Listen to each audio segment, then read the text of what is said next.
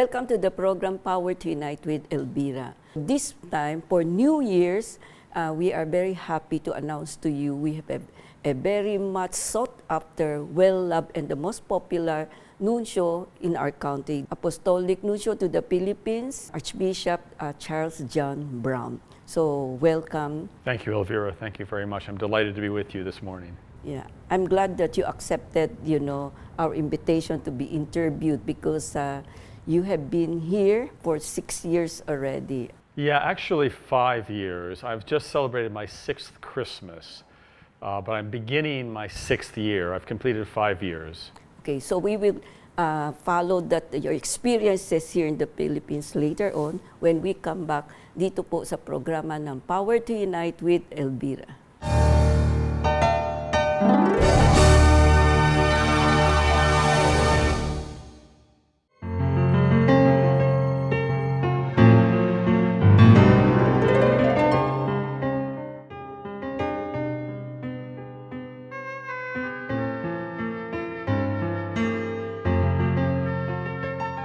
Your Excellency, thank you so much, for accepting our invitation to be one of the guests for this new year. And a while ago, you mentioned that you have been almost 5 years here in the Philippines. But before we go on of your observation, experiences with the Filipino people, I know you are very well loved and you love them also. But first, I would like to know, why choose this vocation to be a priest? What inspired you? Is this your lifelong dream, or is there somebody who influenced you? Well, that's a great question, Elvira. Thank you for asking me that. I mean, every vocation is a call from God, a call from the Lord to follow Him as a disciple. And I think when I look back on my life, part of the reason, of course, for my decision to respond to that vocation was my family background. I was the eldest of 6 children in a Catholic family. My parents practiced the Catholic faith. They were quite devout. They weren't fanatical, but they were devout practicing Catholics. And they raised us in the faith. So that would have been the kind of foundation or the background of my eventual decision to become a Catholic priest. And when I was a boy, my father would take me occasionally for a weekend retreat with the Trappist monks. I know you have some Trappists here in the Philippines, I know. And we would leave on a Friday afternoon after school and spend Friday night and Saturday night at the monastery and kind of participate in the life of the monks. And my father took me on a few retreats like that, and that made a big influence on me as a young person, as a teenager, because when I was looking at these monks and seeing their lives, for me, it was such a radiant witness to the existence of God and the truth of the Catholic faith. Because when you look at monks living in that way, there's no other explanation, really, except that God is real. And so for me, that was a big influence. I went to Normal University. After my studies in history, I then studied theology as a layperson in England, and I was thinking at that point in my life of maybe becoming a college professor or maybe becoming a lawyer like my father. But I had the good fortune when I was in England of being friends with some very good Catholics, and they were a great influence on me during that time in my life. I was in my early 20s, like 21, 22 years old. And while I was in England, I received a scholarship or some money from the University of Oxford, to go to the Himalayas to do some mountain climbing or some trekking, to be more precise. And during that experience of trekking in northern India, in an area called Ladakh, before I left England to go there, I noticed that there were many Buddhist monasteries there, and I was quite interested in Buddhist monasticism and its comparisons with Christian monasticism. And I noticed that they prayed repetitive prayers, the Buddhist monks. They even have prayer wheels, you've probably seen, a wheel that they turn, and as they turn that wheel, the idea is the prayer, which is written in a text inside the wheel, is ascending into the heavens. so I thought to myself, well, before I went to India for this trekking experience in Himalayas, I thought, well, we have, in the Catholic Church, we have a repetitive prayer also. And I brought with me then a rosary that my grandmother had given me that I hadn't prayed very much in previous years, a little bit, but not much. And to make a long story short, when I was in the Himalayas, I was hiking, walking for many, many days in the beautiful scenery of the Himalayas, so close to God's creation, to God's beautiful nature, and the mountains, the glaciers, the sky, the stars. I kept praying the rosary as I was walking. And I cannot say that I had a St. Paul experience. Like, it wasn't an instantaneous experience of being knocked off my horse and seeing a great light, but by the time I got back to England, something had changed in my heart. And the best way for me to describe it wasn't so much my decision to become a priest, but my recognition that that is what my purpose on this earth was. That not to study theology from a distance, kind of studying theology as an academic undertaking, but to give my life as a follower, as a disciple of the Lord. So I got back to England, and about a year and a half later, or maybe 2 years later, I entered the seminary. So your experiences in life, because it's very, very unique in some way, as you said, it's not really something like a calling for you, but you develop it through your exposure to your Catholic faith and to the trekking in Himalayas with the Buddhist monk, and also your exposure to the Trappist monk who are really well known for their contemplative prayers, right? So all of this play a very important role to what you are today. But to appear later on as, to involve with the academia, that will be another story, because with your experience, you can become a good priest in some way, or let's say, or a bishop later on, But you mentioned that the greatest influence, the exposure, really comes from your father, who is a lawyer, right? Yes, my father's a lawyer. Because you mentioned every Sunday, he brings you to this retreat. Yeah. So without your knowing it, it's already showing some sign that this will be your calling later on. But being young and then you have a happy family life, Are you the eldest in the family? Yeah, I'm the eldest of 6 children, yeah. How many boys? We're 2 boys and 4 girls. So my mother had babies every 2 years between 1959 and 1969. It was myself, 4 girls, and my brother. So when you decided that you will enter, to become a priest or to become later you work, in the Nuncio, what is the reaction of your father? Well, I think it was quite interesting. When I told my parents that I wanted to go to the seminary and become a priest, their first reaction was a bit of perplexity. They were quite surprised. Yes. Because I lived a very normal life as a young person, at university and so forth. And so I think their first reaction was a bit of surprise, but that surprise turned and transformed very, very quickly into gratitude and happiness. So I received support from my family the whole time after my decision to go to the seminary. And I spent 4 years in the seminary of the Archdiocese of New York in Yonkers, in a neighborhood called Dunwoody, a very wonderful seminary dedicated to St. Joseph. But my family were always very, very supportive of my decision after an initial period of a bit of surprise and perplexity. Because I'm sure your dad wishes that you become a lawyer Possibly, to follow, and follow in his footsteps. footsteps. Yeah, my brother did that, so he took care of that part. That's good. So at least your dad is not very disappointed in Right. some way. Yeah. So because you are also surrounded when you enter the colleges, you have these friends who are also Catholic, right? And it also cement your strong, faith. But in some way, which is so sad to see, New York, is becoming very, very different already. People are not into their faith, Sometimes when we go to the church, the cathedral, not many people. These are mostly the oldies are there. The younger one are no longer. So I'm so happy that in your generation, that the faith still alive, which is quite different from now.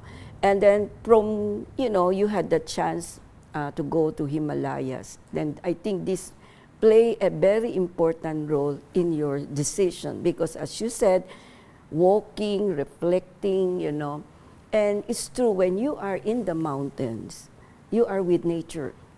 It's you and God alone, and you can talk to Him. Because I remember when I was in Switzerland, we went to the mountain, it's 30,000 below the.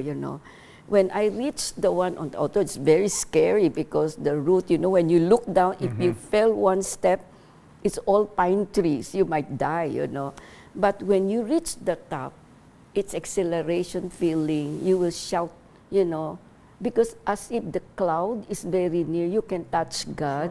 It's the feeling that I have. That's why I can understand. Well, mountains are holy places. I mean, Jesus goes onto the mountain often in the Gospels, and of course the Sermon on the Mountain, right? So there is an idea. I mean, Mount Sinai, Moses. There is an idea that by going up, we are closer to God. I mean, that's an image. It shouldn't be taken literally, but there is a profound spiritual, mystical truth in that. I believe so. And I always enjoy going to the mountains.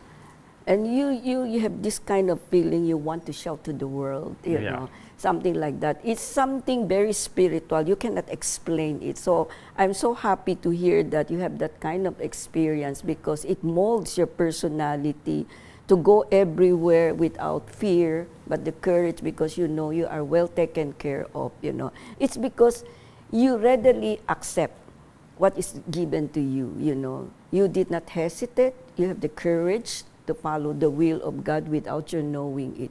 Itutuloy po namin aming manggandang discussion ni Archbishop Charles John Brown, Apostolic Nuncio to the Philippines sa pagbabalik po ng Power to Unite with Elvira.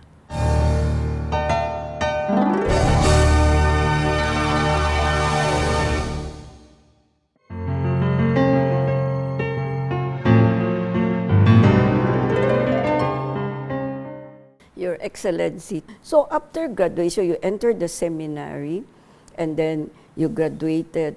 Why? Because you said you studied theology, right?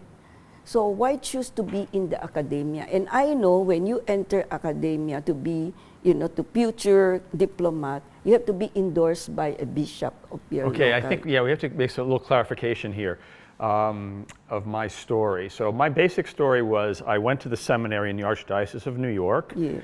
I was ordained in St. Patrick's Cathedral. Yes. This wonderful cathedral on Fifth Avenue that many of your viewers have certainly visited.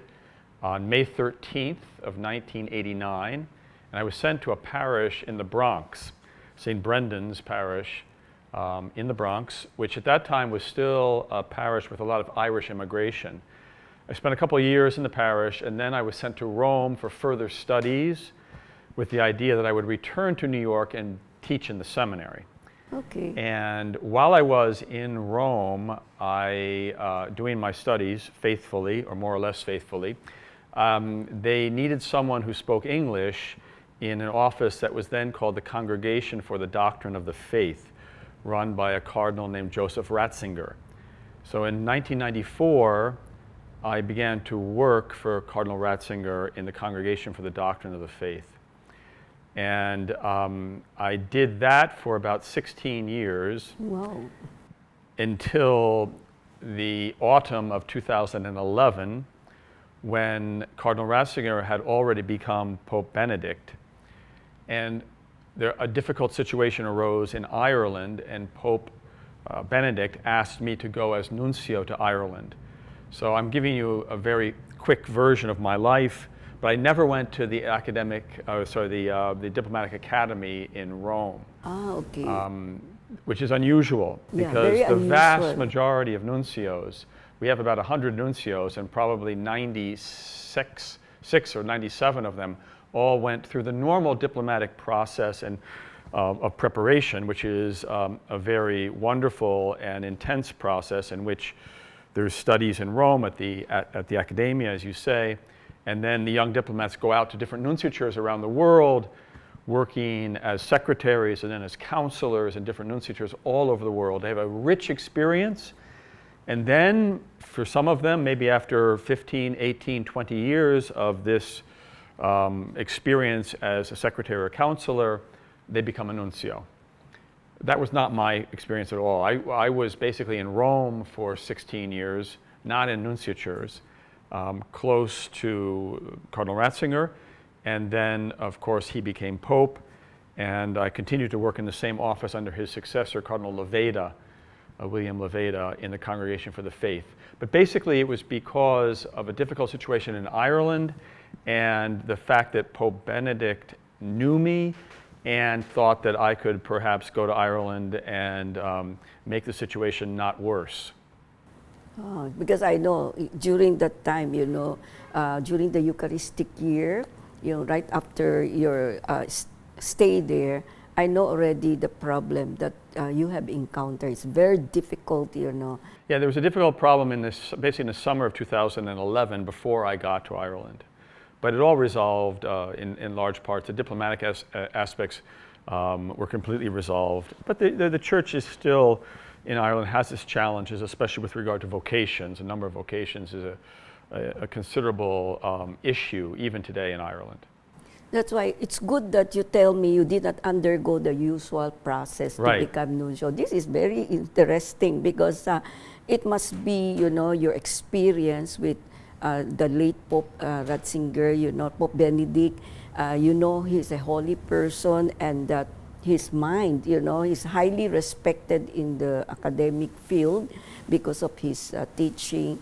And I think his trust, he saw in you that you can tackle, the problem. Don't you find it very strange that the first post outside, Rome was a difficult situation that the church is encountering, all over. It started in Canada, then followed here in Ireland, Yeah, as I said, it was a difficult moment. This is now almost 15 years ago in Ireland.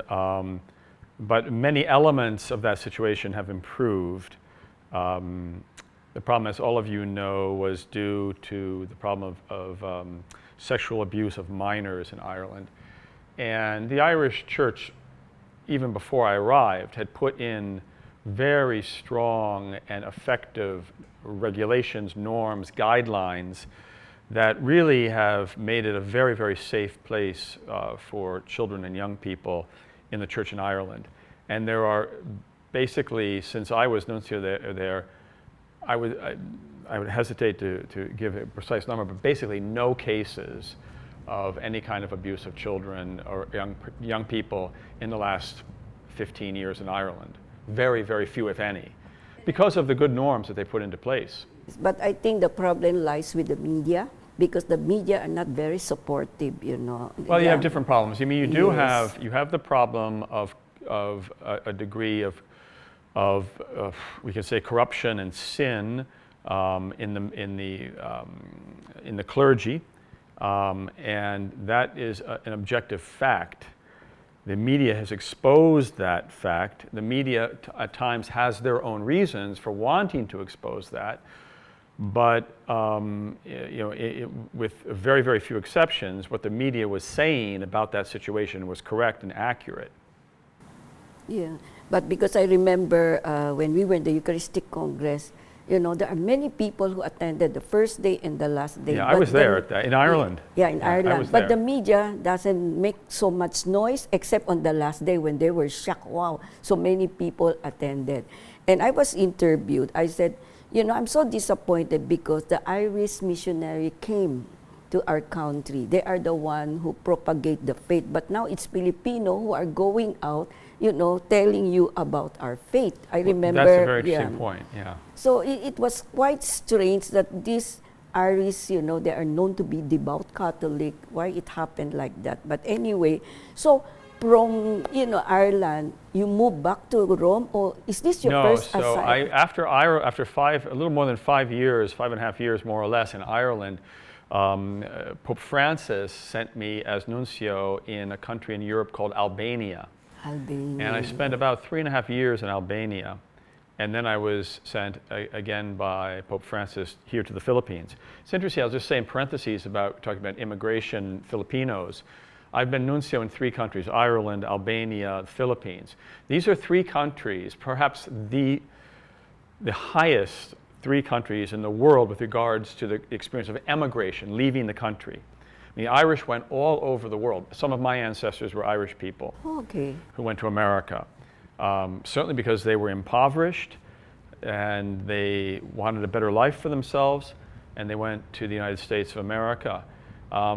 That's Ireland. Albania has a huge diaspora around the world. There are many Albanians in Switzerland, in England, in the United States, and of course the Filipinos. As we know, we can talk about that later, but the Filipinos are in every corner of the universe at this point. So I've been in 3 countries, each of which was marked by emigration. That means leaving, in different parts, different times in their historic trajectory. The Irish emigration, leaving the country, basically ended when Ireland became prosperous. But emigration is still happening in Albania and here in the Philippines. Yeah, but Albania used to be a very nice country. Albania still is a very nice country. Yes, Actually, I love Albania. It's I a like beautiful it there country. because I saw the church is still very much alive, although not many people are going in. But Well, yeah, we can talk about that. Yeah. Albania has a very, very interesting and unique history. Albania was part of Turkey, essentially, for something like 400 years. And during that period of the domination of the Ottoman Empire, Very strong. gradually many Albanians became Muslim. So Albania has a population, a Muslim population, it's just about half, maybe 60 or 70% of the population. The Catholics are only 10% in Albania. So if you go and you see very few Catholics, it's because in church, it's because there's not that many Catholics there. But the Catholics in Albania very heroically kept their Catholic faith during the time of the Ottoman domination, and then during a period of really very oppressive Marxist-Leninism after the Second World War under the dictatorship of Enver Hoxha. So the Albanian experience was one of Ottoman domination, Muslim domination, and then after a very brief period of kind of freedom, then Marxist-Leninist domination, which was extreme. It was Albania in its communist period was officially declared, they declared themselves to be an atheistic state. So even in the Soviet Union, there was freedom of religion. In Albania, there was no freedom of religion. It was an atheistic state. They closed all the churches. They imprisoned most of the priests.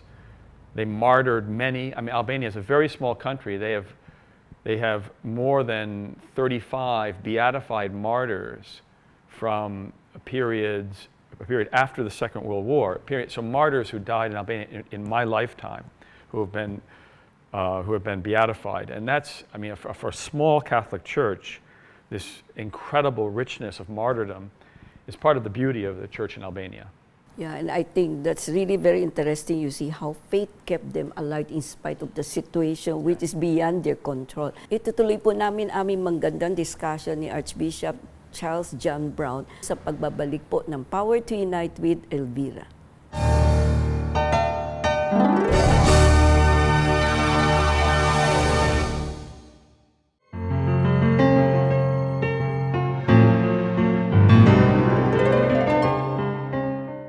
Your Excellency, so I'm very glad you share your experience in Ireland. The situation is quite different, from Albania, which is really a very small country, but tragic history because of, what happened during the 400 years of Ottoman Empire, and then influence, then followed by Marxism-Leninism.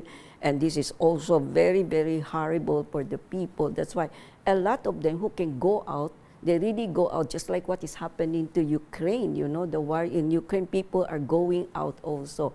But you can see the faith is still very, very much alive in spite of this, censorship, because you cannot control what the people believe in, right? So your experience there, although it's very short, 3.5 years, it's something that added to more of your learning experience in how to deal with people, especially your relationship with the immigrant. This is, that may be the reason why you came here to the Philippines. You are chosen because of your experience with Irish immigrant, then Albanian immigrant. Maybe that's You the never reason know. why. It's possible. It's possible. Yeah, these are 3 countries, each of which was marked very strongly by emigration. People leaving the country, looking for a better life. Yeah, and it is very normal. Yeah. Because we can see a lot of people, they always feel, in spite of going anywhere, they always bring their faith with them. That's right. Like the Filipinos, Sure. they always bring the image of Mama Mary Sure. or the Santo Nino all over the world. So this is Wonderful. something, yeah. And I remember the president of East Timor who came here, he said that, all of you talks about who is the most powerful, the China or America. But the most powerful people, without your knowing it, is the Filipinos, because they are everywhere. True. Everywhere you go, small country, big country, independent country, even socialist country, they are there. Absolutely. So I think Filipinos have to continue keeping up with your faith because they have a role, right? And your experience now, maybe we will come back to another episode because of your experience here. You have been here for 5.5 years. I'm sure you can share so much, to the world, especially to the Filipino people, to continue and be inspired and continue to have hope in God. Because based on your story, your calling is not because you choose it, but God paves the way for you to be there. It's not right? me choosing, it's me being chosen. I think that's what I felt, frankly. And yeah. it's something very unique because you did not undergo processes of becoming member of the academia. No. So I'm sure from the Philippines, we don't know. Maybe you will be in the Secretary of State. Nobody knows. Who knows? Because God knows who Yeah. is the best person. Pero itutuloy po namin ang aming magandang discussion. Meron pa po tayong part 2 because napakaganda ng kanyang experience, ng kanyang buhay. Dito po sa programa ng Power to Unite with Elvira. Read the Bible, the Word